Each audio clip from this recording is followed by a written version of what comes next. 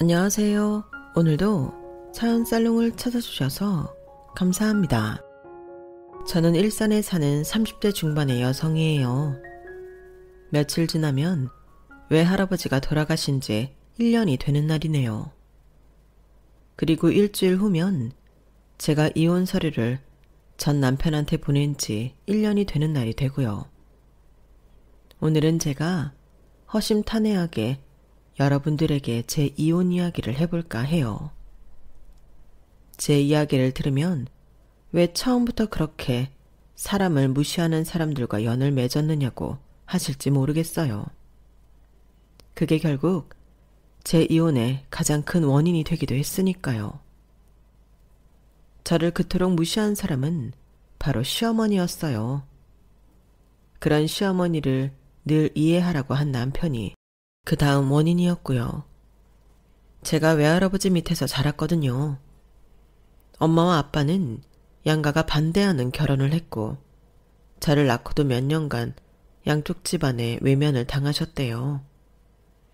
두 분이 외롭게 살다가 결국은 크게 싸우고 헤어지셨고요. 그러고 얼마 안 돼서 엄마는 돌아가시고 저는 외갓집에 가게 됐는데요.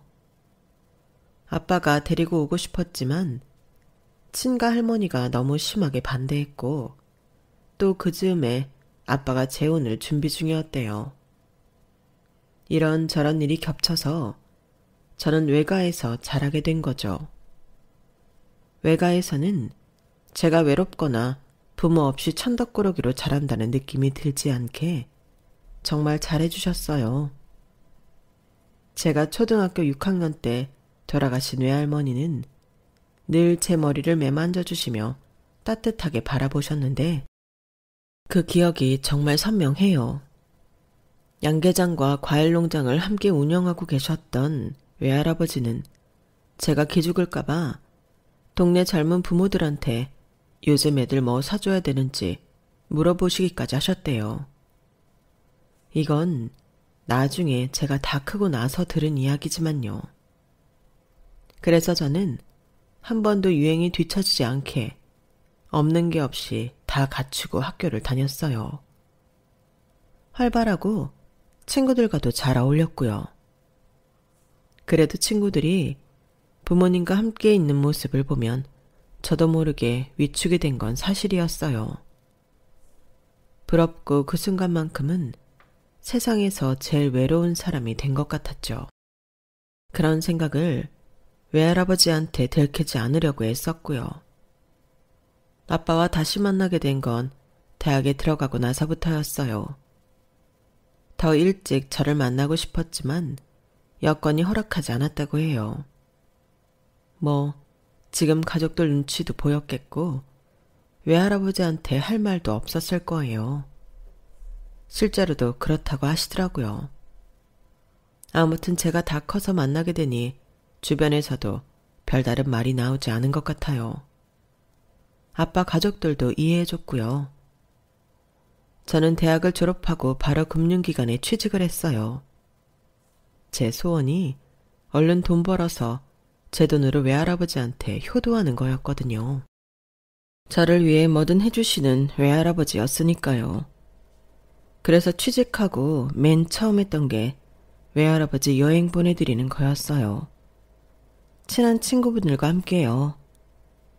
제주도 2박 3일 여행이었고 호텔비는 카드로 할부한 거라서 큰 부담이 없었는데 제가 용돈도 다 드리고 호텔도 좋은데 예약했더니 외할아버지 친구분들이 손녀 대단하다고 난리도 아니었대요. 외할아버지가 저한테 해주신 거에 비하면 정말 아무것도 아닌데 말이죠. 그 다음에는 동남아 여행도 보내드렸고 중국 여행도 보내드렸죠. 중국은 제 휴가와 외할아버지 쉬는 때가 맞아서 저와 외할아버지가 같이 갔어요. 그 여행이 제가 성인이 돼서 외할아버지와 함께한 처음이자 마지막 해외여행이 되었고요. 그렇게 4년 동안 열심히 일하며 외할아버지와도 잘 지내던 저는 남편을 만나게 되었어요. 남편은 저희 회사 거래처의 팀장이었는데 어떻게 저를 잘 봤는지 몇 번 식사를 같이 하자고 하더라고요. 처음에는 가벼운 만남으로 시작했는데 남편이 진지하게 고백하더라고요. 진수영 씨, 저랑 사귈래요? 저 시간 많이 남아 돌아서 수영 씨 만나는 거 아니거든요. 처음 봤을 때부터 마음이 있었어요.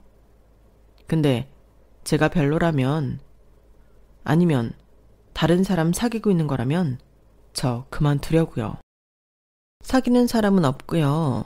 저는 김명호 팀장님 편하게 만난 건데 잘 맞는 것 같아요. 만나봐도 저는 좋아요. 그러자 남편은 정말 아이처럼 좋아했고 저희는 그렇게 1년 좀 넘게 사귀다가 결혼 이야기가 오가게 되었어요. 어떻게 보면 자연스러운 수순이었죠. 저는 제 가정사 때문에 좀 망설였는데 오히려 남편이 그런 거는 아무것도 아니라며 신경 쓰지 말라고 하더라고요.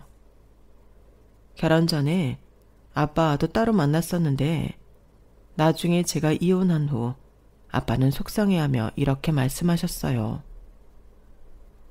너 그렇게 힘들게 살면서 왜 한마디도 말 안 했어? 너랑 같이 못 살았어도 아빠는 아빠잖아. 어디 그딴 시어머니가 다 있냐? 요즘 세상에. 못돼 처먹었다는 말이 진짜 딱 어울리는 것들이야. 아빠가 알면 외할아버지도 알게 될 텐데 그러면 외할아버지가 어땠을 것 같아? 난 그래도 시어머니 짤이 사납게 생겼다고 걱정하셨잖아. 에휴, 내가 적극적으로 말렸어야 됐는데 애비 노릇 못한 죄로 나서지 않은 게 더 큰 죄 같다. 그런 말 마. 이제 다 지나간 일이고 나 이제 이렇게 아빠랑 같이 지낼 수 있는 것만으로도 정말 좋거든. 앞으로 더 잘 살면 되지 뭐. 미안하다 수영아. 네가 마음고생한 게 다 아빠 잘못인 것 같아서 너무 미안해. 아니야. 그 사람들이 이상한 사람들인 거야. 아빠가 그랬잖아. 못돼 처먹었다고. 그런 인간들이라서 그래. 아빠 잘못 아니야. 저는 이혼 후 아빠 집하고 가까운 곳으로 이사를 해서 살고 있어요. 솔직히 아빠에 대한 원망이 아주 없다고 할 수는 없었는데요. 아빠와 전보다 더 자주 만나 이야기를 나누며 아빠도 힘들었던 것을 이해할 수 있게 됐네요. 또 어쩌다 보니 아빠 가족분들하고도 가끔 만나게 됐는데 그분들이 평생 저와 엄마에 대한 미안함을 갖고 있었고 저를 한시도 잊지 않았다고 하더라고요. 그런 말들을 들으니 제 마음이 풀린 것도 있어요. 아빠와 가까운 곳에서 지내며 든 생각은 다 자라고 나서는 외할아버지와 더 가깝게 지내지 못했다는 게 마음이 아프더라고요.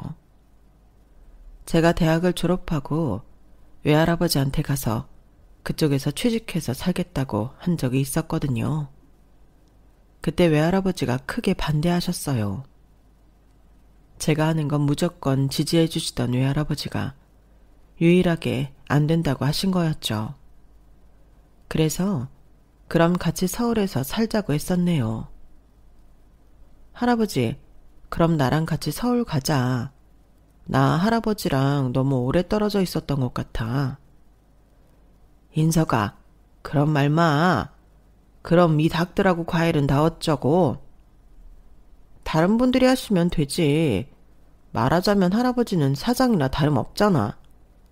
이놈아, 사장이 회사 비우면 그 회사는 끝이야. 그런 말 말고 젊은 사람 일자리 많은 데에 가서 네 능력 펼치고 살아. 수영이 너는 농장 일에는 소질이 없잖냐. 그게 딱 네 엄마 닮았단 말이지. 사람은 자기 타고난 걸 개발하며 살아야 행복한 거야. 할아버지가 네 엄마한테 그걸 못해준 것 같아 너무 후회되고 속상한데 하나뿐인 외손녀한테까지 그러라고? 할아버지 계속 일만 하면 건강은 어쩌고. 나도 할아버지 걱정돼서 그러는 거야. 할아버지 끄떡없다. 20년 30년도 일할 수 있어. 너 휴가 때 만나러 오면 되잖냐. 그러니 할아버지 걱정 말고 마음 편히 하고 싶은 거 해. 그나마 제가 외할아버지 여행 보내드리고 같이 여행도 다녔으니 마음에 맺힌 게 덜한 것 같아요. 그마저도 안 했다면 저는 정말 평생을 외할아버지한테 미안해하며 살았을 것 같거든요. 물론 미안한 마음도 여전히 있지만 감사한 마음이 더 크게 남아있어요. 외할아버지는 전 남편과 결혼한다고 인사를 갔을 때도 정말 활짝 웃으며 맞아주셨어요. 전 남편한테 어찌나 저를 잘 부탁한다고, 잘해줘야 한다고 신신당부하셨는지 몰라요. 우리 수영이가 결혼한다니 내 마음이 참 기쁘다. 자네랑 잘 살면서 아들, 딸도 낳고 행복하기만 하면 나는 바랄 게 없겠네. 네, 염려 마세요. 제가 수영이 행복하게 해줄 겁니다. 남편은 제가 어떤 환경에서 컸는지 알고 있었어요. 저는 그것 때문에 결혼을 망설인 것도 있는데 남편은 그런 게 뭐가 중요하냐며 괜찮다고 하더라고요. 그 말을 믿은 제가 잘못이었고요. 그렇게나 좋아하시던 외할아버지는 상견례에서 시어머니를 보고는 걱정을 좀 하셨거든요. 네 시어머니 만만치 않게 생겼다. 수영이 너 괜찮겠냐? 명호 오빠 보면 사람 유하잖아. 시어머니도 그렇게 나쁜 사람 아닐 거야. 너무 걱정하지 마, 할아버지. 그게 아들미가 휘어잡혀 살아서 그럴 수도 있는 건데 수영이 네가 좋다면야 할애비도 말리지는 않겠다만. 저는 외할아버지를 안심시키기 위해 걱정하지 말라고 잘 지낼 수 있다고 큰 소리 쳤어요. 저라고 마음이 완전히 편한 것만은 아니었는데 생각해보면 제 가정 환경 때문에 위축이 되었던 것 같아요. 누가 됐든 저 좋다고 결혼하자고 하면 그 사람이 어떻든 그 사람 부모가 어떻든 제가 감수해야 한다고 생각했던 거죠. 제가 그만큼 꿀리고 들어간다 싶었네요. 시어머니가 저를 차갑게 대하는 건 알고 있었지만 남편이 걱정하지 말라며 외할아버지 밑에서 커서도 이렇게 좋은 직장에 다니는 걸 더 대단하게 생각할 거라고 했던 말을 믿고 싶었어요. 나중에 알고 보니 남편은 시어머니가 극렬하게 반대하는 걸 엄청 설득했더라고요.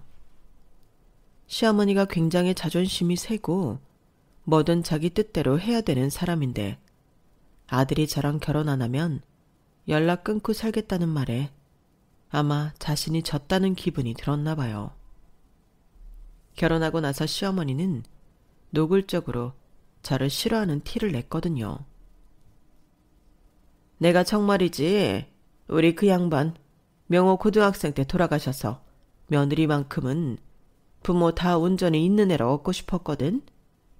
근데 너 때문에 내 바람이 아주 산산조각이 났어. 네가 어떻게 명호를 흘렸는지 모르겠지만 나는 어림없다. 시어머니는 결혼 전에도 제가 신혼집까지 책임져야 한다고 외할아버지한테 돈으로 압박을 했었어요. 마치 그 정도는 해줄 수 있는 집이어야 결혼시킬 수 있다는 식으로요. 그때 제가 나섰죠. 어머니, 신혼집은 제가 모은 돈으로 해결할 수 있어요. 제 직장이 대출도 잘 돼서 대출 조금만 더 받으면 되고요. 저랑 오빠랑 결혼은 저희 힘으로 하기로 했으니 그런 말씀은 안 하셔도 될 것 같아요. 어머니도 저희 결혼이 금전적으로 보태기 어렵다고 하셨다면서요. 그래서 저희가 그렇게 결정했어요. 너무 걱정 마세요. 그때 시어머니가 저를 보는 눈초리가 심상치 않았는데 아마도 제가 더는 돈 얘기를 못하게 막았기 때문이었을 거예요. 그래도 저는 외할아버지가 제 결혼 비용을 고스란히 독박 쓰고 있는 걸 볼 수는 없었네요. 아빠가 돈을 보태주겠다고 했지만 제가 한사코 거절했고요. 네 시어머니 보니 너를 마치 고아인 것처럼 대하는구나. 나 참 멀쩡하게 내가 있는데도 그런데 결혼해서 너 괜찮겠냐? 자기도 남편이 일찍 갔는데 남의 집 자식한테 이러는 거 보니 인성이 의심스럽다. 나 그 정도는 각오하고 있었어. 어떤 집 사람을 만나도 그럴 수 있을 것 같아. 그렇게 말하니 아빠가 또 미안하구나. 어쩔 수 없는 일인데 미안하다고 하지 마. 아빠도 사정이 있었잖아. 아무튼 그래도 너네 결혼을 반대는 못하는 거 보면 김서방이 너랑 결혼하겠다는 뜻이 확고한 것 같구나.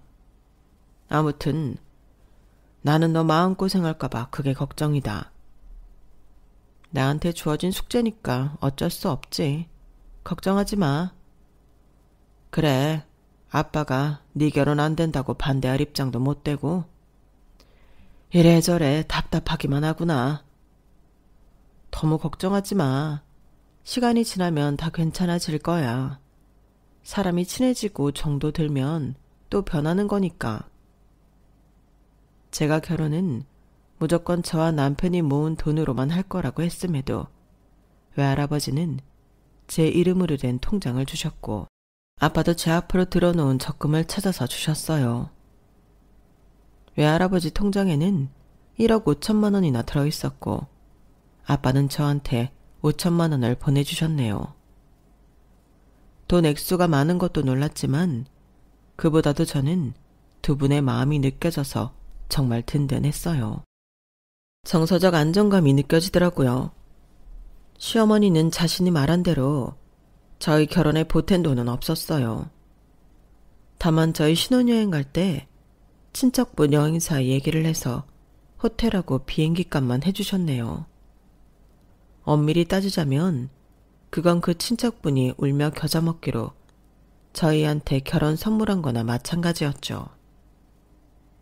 저는 시어머니가 은근히 외할아버지를 무시하고 있다는 걸 알았기 때문에 일부러 외할아버지가 저한테 1억 5천만 원이나 줬다는 말을 했어요.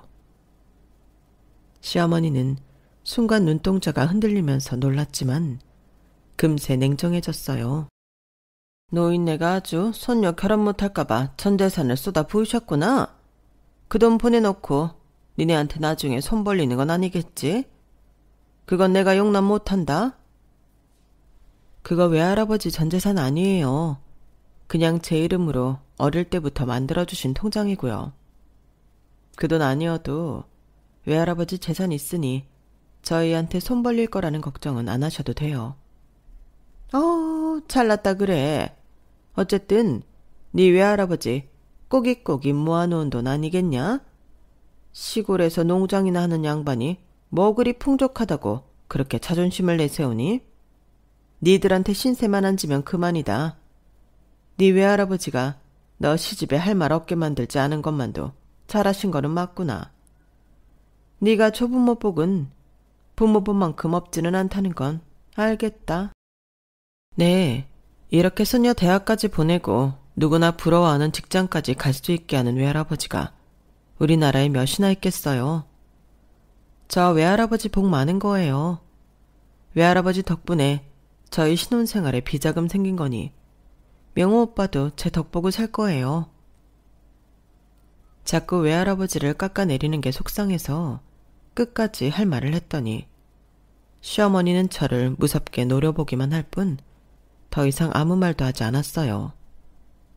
외할아버지는 저한테 시댁에 가서도 기죽지 말고 할 말도 하고 당당하게 지내라고 늘 당부하셨고 저는 외할아버지 말씀대로 했네요. 그렇다고 막 선을 넘어서 말대답을 한 건 아니었고요. 하지만 시어머니가 하도 저희 친정을 무시하니 저도 결국에는 말이 좋게 나가지 않더라고요. 남편은 그럴 때마다 저와 시어머니 눈치만 봤고요. 이런 일이 쌓이다 보니 몇 달 안 돼서 남편과도 계속 싸우게 됐어요. 부부 사이에도 좋지 않은 영향을 미치게 된 거죠. 제가 아무리 시어머니한테 잘하려고 매주 시댁에 가서 시어머니 하자는 대로 해도 꼭 가슴에 가시 박히는 말로 저와 친정을 모욕했어요. 그러다가 외할아버지가 허리 디스크 때문에 서울 병원에 오실 일이 있었는데 시어머니가 갑자기 저를 부르더라고요. 예, 나 친구들 만나러 가야 되는데 반찬 하나씩 하기로 했거든? 네가 와서 반찬 좀 만들어라. 아니, 김밥 싸라, 김밥. 며느리 들였다고 뭐 제대로 하지도 못했는데 며느리가 만든 김밥은 먹어보게 해줘야지 않겠어? 어머니, 제가 지난주 말씀드린 대로 오늘 외할아버지 서울 병원에 오셔서 거기 가봐야 해요. 병원 진료 끝나고 입원할지 말지 결정도 해야 돼서 제가 같이 있어야 되거든요. 죄송하지만 오늘만 어머니가 해놓으신 반찬 가져가시면 안 될까요?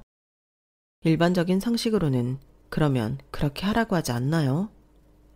사돈 집안에 자기보다 나이도 더 많은 어른 일이잖아요. 그런데 시어머니는 그렇지 않았어요. 아주 불쾌하다며 이러더라고요. 나는 말만 그런 줄 알았지. 진짜 네가 병원까지 갈 줄은 몰랐다. 아니, 네 외할아버지가 애도 아니고 병원 진료 혼자 못 보시는 거 아니잖니? 혹시 거기에 우리 아들 대동하는 건 아니지? 우리 아들 시간 괜히 뺏지 마라. 어머님 아들 시간 안 뺐고요. 그렇게 따지면 어머니도 혼자 반찬 만드실 줄 알잖아요. 왜 꼭 저한테 하라고 하시는데요?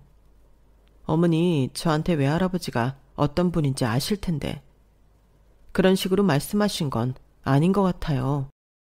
아유, 이래서 나이 드신 양반들은 얼른 돌아가셔야 돼. 애들 앞길 막는 것도 아니고 괜히 시간만 뺐잖아. 어머니, 지금 저희 외할아버지 돌아가시라고 하시는 말씀이세요? 내가 언제 그렇댔니? 말이 그렇다는 거지. 그럼 어머니도 저희 앞길 막지 않게 얼른 돌아가셔야 된다는 생각하고 계시나 봐요. 야, 너 그게 무슨 뜻이냐? 나 죽으라는 거냐? 저도 말이 그렇다는 거지. 어머니 돌아가시라는 거 아니었어요. 저게 진짜 못 베어먹고 자란 티를 내느라 저러지. 아, 네가 그러니 돌아가신 네 엄마 욕먹이고 네 아빠 욕먹이는 거야. 알아? 네, 그건 어머니 생각이니까 어쩔 수 없고요. 그래도 외할아버지한테만큼은 함부로 말씀하지 말아주세요. 지금 저나 오빠 주변 친구들보다 마음의 여유 갖고 사는 거 다 외할아버지가 주신 통장 덕분이거든요. 어머니, 저희 결혼하는데 뭐 해주셨어요? 없잖아요. 그러니 외할아버지한테 그러지 말아주세요. 시어머니는 할 말이 없으니 제가 못돼 먹었다는 말만 반복하다가 전화를 끊더군요.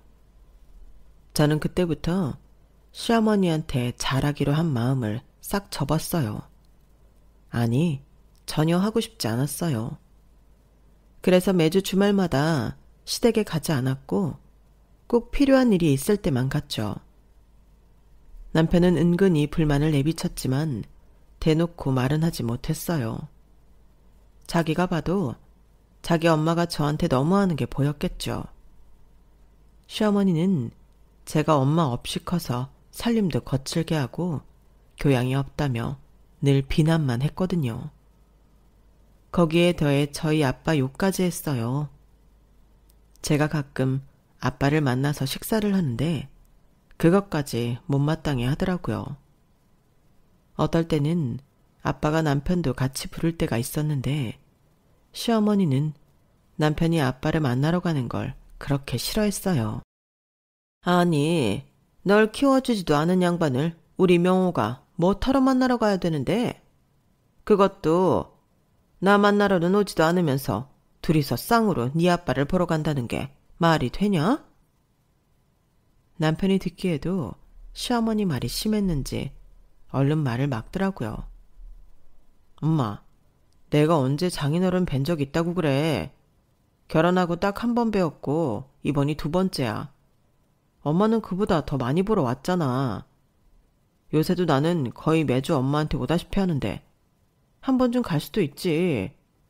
그래도 명색이 장인어른이시잖아. 사위 부르는데 안 갈 수 있어? 그러자 갑자기 시어머니는 눈에 쌍심지를 켜고 저를 보며 말했어요.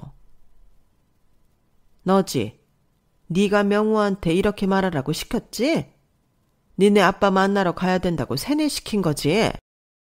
어머니 진짜 말씀이 지나치시네요.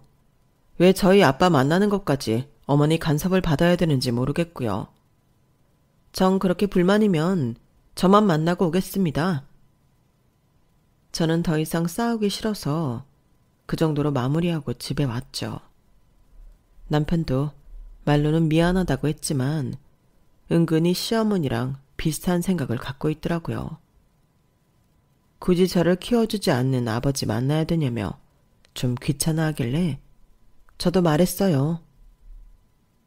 이런 식으로 생각하면 나도 시어머니 보러 더 안 갈 거야. 불만 없지? 우리 친정 이렇게까지 무시하는 걸 나도 참을 이유 없잖아? 그때부터 저희 사이는 더 거리가 생기기 시작했어요. 남편과의 사이도 전보다 더 안 좋아진 거죠. 그러다가 결혼하고 첫 명절이 되었는데요. 이미 그 전에 저는 남편과 의논해서 외할아버지 찾아뵙는 날하고 시댁에 가는 날을 겹치지 않게 말해놓았어요. 남편한테 이것만은 제발 지키자고 제가 간절히 부탁을 했고 남편도 알겠다고 했던 일이었죠. 그리고 시댁에 가기 전에 잠깐 짬을 내서 아빠와 함께 점심을 먹기로 했고요. 그럼에도 시어머니는 그것까지 간섭을 하고 잔소리를 했어요. 아니 너는 그렇게 친정만 챙기니? 왜 네 아빠를 굳이 만나야 되는데? 너도 참 우리 아들 피곤하게 만들며 산다. 너는 이제 이 집 식구야. 그럼 자기 집을 챙겨야지. 왜 따로 살고 가족까지 있는 네 아빠를 챙긴다고 오지랖이야. 시어머니가 이런 식으로 나오는데도 남편은 이제 더 뻔뻔하게 자기 엄마 말이 틀린 게 없다고 나오더라고요. 그렇게까지 말을 하니 저도 그럼 명절에 시댁에 못 가겠다는 말이 나왔어요. 그러자 시어머니는 집안에 며느리가 잘못 들어왔다며 길길이 날뛰었어요. 저는 심각하게 이혼을 고민하기 시작했어요. 그게 명절 되기 두어 달 전 일이었네요. 명절이 코앞이었던 것도 아니고 그렇게 한참 전부터 난리였으니 제 스트레스가 이만저만이 아니었어요.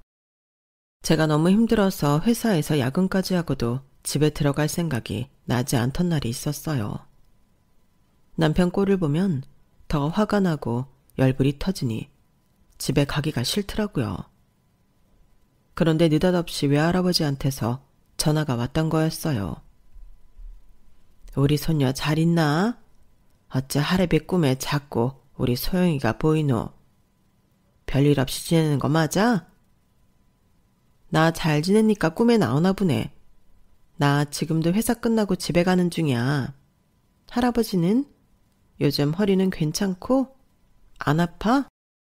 할아버지야 늘 고마운고만 하지. 우리 강아지 잘 지내나? 그게 제일 걱정이지. 에이 뭐 그런 걱정을 해. 괜찮아 할아버지. 나 이번 주말에 내려갈게. 됐다. 오긴 뭘 오냐? 모처럼 쉬는 날인데 푹 쉬고 놀아야지. 저는 외할아버지의 마음 씀씀이에 눈시울이 붉어졌고 우는 티를 내지 않느라 얼마나 애를 썼는지 몰라요. 역시 저를 생각해주는 건 외할아버지밖에 없다는 생각도 들었고요. 그런데 그런 외할아버지가 명절을 앞두고 갑자기 돌아가셨어요. 여느 때나 다름없이 새벽에 일어나셔서 농장에 나가셨는데 갑자기 쓰러졌다는 거였어요. 뇌출혈이었고 사람들이 발견하기까지 늦어져서 외할아버지는 응급실에 옮겨지고 바로 사망 선고를 받으셨다고 해요. 너무나 허망하게 돌아가신 거죠. 제가 그 연락을 받은 게 막 시댁에서 저를 불러서 가는 도중이었어요. 시어머니가 명절 때 쓸 그릇을 새로 사달라고 하더라고요. 뭐 새 식구가 생겼는데 그릇들이 너무 낡고 개수가 부족하다나요? 그래서 시어머니가 원하는 브랜드로 백화점에서 사서 가져가고 있었죠. 저는 전화를 받자마자 바로 차를 돌려서 지방으로 내려가며 시어머니한테 연락을 했어요. 외할아버지가 돌아가셔서 가봐야 한다고요. 그러면 당연히 얼른 가라고 하고 자기도 따라오겠다고 할 거라 생각했어요. 그래도 집안 어른이 돌아가신 거잖아요. 그런데 시어머니는 정말 너무도 상식 밖의 말을 했어요. 그럼 그릇은 어쩌고? 그릇은 나한테 주고 가야지. 어머니, 지금 저희 할아버지 돌아가셨다니까요. 예, 네 외할아버지 언제 돌아가셔도 이상하지 않을 양반이었다. 나이는 90 다 돼가서 마음의 준비는 하고 있었던 거 아니냐? 그거 몇십 분쯤 늦는다고 뭐 큰일 나니? 그 정도면 니들 평간호 안 시키고 아주 잘 돌아가신 거다. 그러니 나한테 그릇 갖다 주고 가려무나? 어머니, 진짜 해도 해도 너무하시네요. 누가 어머니 돌아가실 때 살 만큼 살다가 죽었으니 슬퍼하지 말라고 하면 어떨 것 같으세요? 그리고 저한테는 외할아버지 돌아가신 거 굉장히 큰 거예요. 제 할아버지인 동시에 제 부모님이었다고요. 됐으니까 어머니 그릇은 어머니가 사세요. 아니, 너는 이제 이 집 식구야? 네 외할아버지 식구가 아니라고. 그리고 니네 아빠가 사위면 사위가 알아서 장인어른 장례 챙기면 되는 건데 왜 너는 네 위치를 자꾸 착각하냐? 그러면서 날 가르치려 들어? 진짜 버르장머리 없기가 하늘을 뚫는구나. 당장 오지 못해. 저는 그 순간 정신줄이 탁 끊기는 느낌이었어요. 나 댁 같은 여자랑 같은 식구 아니니까 그런 줄 알아. 줏대 없고 댁 눈치나 보는 댁의 아들하고도 안 살 거니까 그렇게 알아. 그렇게 소리를 지르고 전화를 끊고는 남편한테도 연락했어요. 나 너랑 이혼할 거야. 그러니까 그런 줄 알아. 더는 비상식적인 네 엄마 상대 못하겠다. 근데 너는 한 게 뭐 있어? 네 엄마 이해하라는 말만 하고 결국 나한테 모든 걸 뒤집어 씌우더라. 너랑 끝이야. 그러니까 너도 외할아버지 장례식 오든지 말든지 알아서 해. 저는 전화를 끊고는 차 안에서 엉엉 통곡을 하며 병원 장례식장으로 갔어요. 아빠는 이미 와서 외할아버지 농장 직원분들하고 빈소를 차려놓고 계셨고요. 저는 그렇게 외할아버지 돌아가시는 순간도 보지 못하고 조문객들을 맞이하게 됐어요. 남편과 시어머니는 저한테 연락 한 통도 없었고요. 그러다가 마지 못해서 마지막 날 늦은 시간에 둘이 찾아왔더라고요. 저는 아예 외면하고 두 사람 얼굴을 쳐다보지도 않았어요. 저는 이미 아빠한테도 남편과 시어머니 이야기를 했고 이혼하겠다는 말도 해놓았어요. 아빠 역시 남편을 아주 차갑게 대했네요. 시어머니는 저희가 어떻게 하든지 말든지 상관없다는 표정으로 밥만 처먹고 있더라고요. 정말 어찌나 꼴보기 싫은지 그 인간들이 내는 조의금도 돌려주고 싶은 심정이었어요. 하지만 마침 외할아버지 변호사가 와서 저를 불렀기에 저는 남편과 시어머니를 상대하지 않아도 됐었죠. 대신 아빠가 두 사람한테 하는 말이 제 귀에 들렸어요. 지금 수영이 장인어른 유언장 확인하고 상속 얘기하고 있으니까 두 사람은 식사 끝나면 돌아가세요.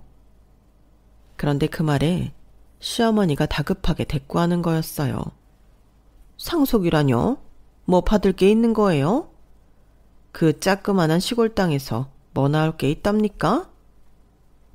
소영이 외할아버지 양계장하고 과일농장 하시는 거 아니었어요? 그럼 거기 물려받는 건가요? 남편까지 궁금해하는 걸 보니 이 인간들이 왜 저러나 싶은 생각이 들더군요. 그러자 아빠가 말씀하셨어요. 장인어른 양계장하고 과일농장? 그거 농업법인회사야. 자네 그건 몰랐나 보군. 사부인께서도 뭘 잘못 알고 계시고요. 저는 듣다 못해 변호사에게 양해를 구한 후 두 사람이 있는 자리로 왔어요. 됐어요, 아빠. 상대하지 마. 어머니는 끝까지 저희 외할아버지를 모욕하시네요. 시골에 있으면 다 못 살고 가난한가요? 장례식장에까지 와서 이런 식으로 말씀하시다니요. 저 회사 처분하면 20억은 제가 받아요. 게다가 외할아버지 아파트랑 땅도 있고요. 이걸 다 저한테 물려주시겠다고 하셨다네요. 저는 외할아버지가 생전에 그런 유언장 남기신 줄도 몰랐어요. 아빠는 이미 알고 계셨다고 하네요. 아빠가 저한테 바로 물려주는 걸 동의하셨대요. 이제 궁금한 거 풀리셨으면 그만 일어나세요. 저 우리 외할아버지 이런 식으로 끝까지 무시하는 사람들 조문 받고 싶지 않아요. 외할아버지도 반기지 않으실걸요? 이제 좀 가주시죠. 분위기 흐리지 말고. 그런데 그 말에 더 태도를 확 바꾼 건 시어머니보다 남편이더군요. 소영아, 니네 외할아버지 이렇게 대단하신 분이었어? 그런 말을 왜 진작에 안 했어? 네가 그 재산을 다 받는다니 나까지 갑자기 든든해진다. 야, 김명호, 네가 왜 든든한데? 내 상속인데 왜 네가 든든하냐고. 너 잊었나 본데 내가 이혼한다 그랬잖아. 너 그때 아무 말도 안 하지 않았어? 나한테 문자 한 통도 없다가 오늘 나타난 거잖아. 그것도 마지 못해서. 아마 이혼할 때 귀책 사유로 들어갈까봐 그런 것 같은데 갑자기 왜 이래?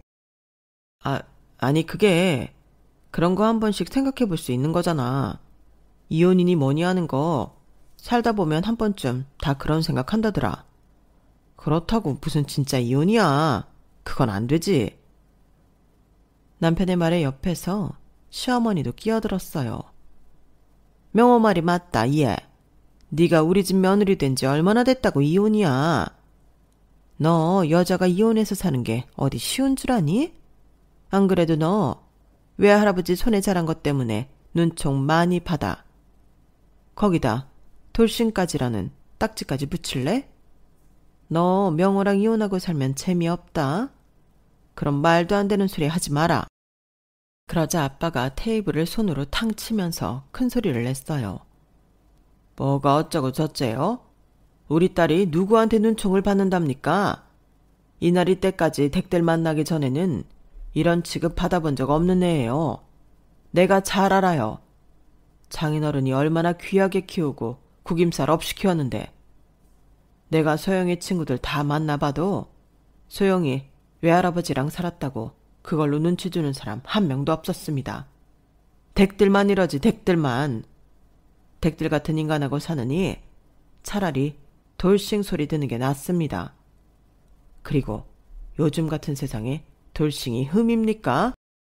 아빠의 고함 소리에 장례식장 사람들 시선이 전부 시어머니와 남편한테 쏠렸어요. 두 사람은 어쩔 줄 몰라 하더군요. 이번에는 제가 말했어요. 진짜 마지막까지 흉한 모습 보여주네요. 와, 진짜. 내가 진작에 정 다 떨어졌는데 오늘로써 단 한 방울의 후회도 남지 않게 해주네요. 정말 감사합니다. 댁들 이러는 거 우리 외할아버지 재산 있다는 말에 이러는 거잖아. 진짜 신물나고 징그러운 인간들이네. 이봐요 아줌마. 집에 가서 댁 아들 이혼 변호사나 잘 알아보세요. 웬만한 사람 아니면 안 될 테니까. 알겠어요? 아빠도 작정한 듯 한 말씀 더 하셨어요. 보아하니 당신들 우리 딸을 무슨 천의 고 하나 되는 것처럼 취급했던데 멀쩡히 아빠 있고 외할아버지 있는 애한테 무슨 짓입니까? 김서방, 자네는 진짜 한 대 치고 싶지만 내가 장인어른 가시는 길이라 참는 줄이나 알게. 꼴 보기 싫으니 네 어머니 모시고 당장 나가. 그러자 시어머니는 아빠 손을 붙잡고 사정하기 시작했어요. 아우 사돈어른 왜 이러십니까? 저희 때문에 섭섭한 게 있으시면 푸시면 되잖아요. 제가 부족해서 그랬습니다. 용서하시고 애들 이혼 말려주세요. 아빠는 시어머니 손을 탁 쳐내며 말씀하셨어요. 됐습니다. 이제 와서 그런 말 한들 그게 진심이 아니라는 것 정도는 저도 압니다. 우리 딸도 알고 여기 있는 사람 다 알 겁니다. 당신이 우리 장인어른 재산 노리고 이러는 거. 주변 사람들이 매서운 눈으로 시어머니와 남편을 노려보자 두 사람은 허둥지둥 자리를 떠났어요. 장례를 다 마친 후에 저는 바로 이혼 서류를 남편한테 보냈지만 남편은 끝까지 도장을 못 찍겠다고 버티더군요. 그래서 저는 그동안 저한테 어떤 부당한 대우를 했는지 일일이 증명해서 위자료 청구 소송을 냈어요. 처음에는 남편이 어디 한번 해보라며 큰 소리 치더니 나중에는 위자료를 안 내려고 아주 이런 말 저런 말로 저를 회유하려 들더라고요. 저는 끝까지 안 받아주고 소송을 진행했고 남편은 결국 한 푼도 못 받고 저한테 돈만 줘야 하는 걸로 이혼 소송은 끝이 났어요. 남편하고 시어머니가 분해서 어쩔 줄 몰라 하던 모습을 보고 어찌나 속이 시원하던지요. 저는 그 후에 아빠가 사시는 곳으로 이사를 와서 살고 있어요. 직장에서는 조금 거리가 있지만 그래도 이제 이 땅에 남은 유일한 저의 피부치가 아빠니까요. 아빠는 제가 이혼하게 된 걸 본인 탓이라고 하시며 마음 아파하셨지만 저는 인생 공부 잘했다며 아빠를 위로해드렸어요. 실제로도 그랬고요. 저는 앞으로 더 잘 살 것 같거든요. 회사도 잘 다니고 있고 외할아버지가 주신 재산도 있으니 무서울 게 뭐 있나요? 게다가 옆에 아빠도 있잖아요. 요즘은 아빠 가족분들도 제 편이 되어주신 것 같아 정말 마음이 든든해요. 그럼 저 앞으로 더 잘 살라고 응원해 주시길 부탁드리며 제 이야기 마칠게요. 들어주신 분들 모두 감사드려요. 다들 행복하세요. 여러분, 사연 댓글에 응원과 현명한 조언 부탁드려요. 좋아요와 구독은 저에게 큰 힘이 됩니다. 오늘도 좋은 일 가득하세요.